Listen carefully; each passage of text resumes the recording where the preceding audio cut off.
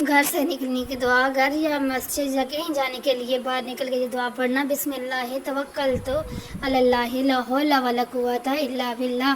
ترجمہ میں اللہ کے نام کے ساتھ نکلتی ہوں، میں نے بھروسہ کیا گناہوں سے بچنے اور نیک کام کرنے کی قوت اللہ ہی کی طرف سے، اطمینان سے جانا، دوڑ کے نہ جانا، یہ صرف مسجد کے لیے ہے۔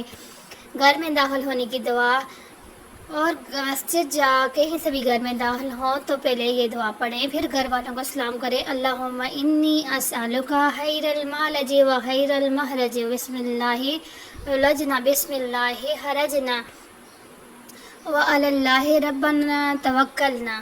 یہ دعا پڑھیں اور اس کے بعد اپنے گھر میں داخل ہوں، اپنے گھر والوں کو سلام کریں۔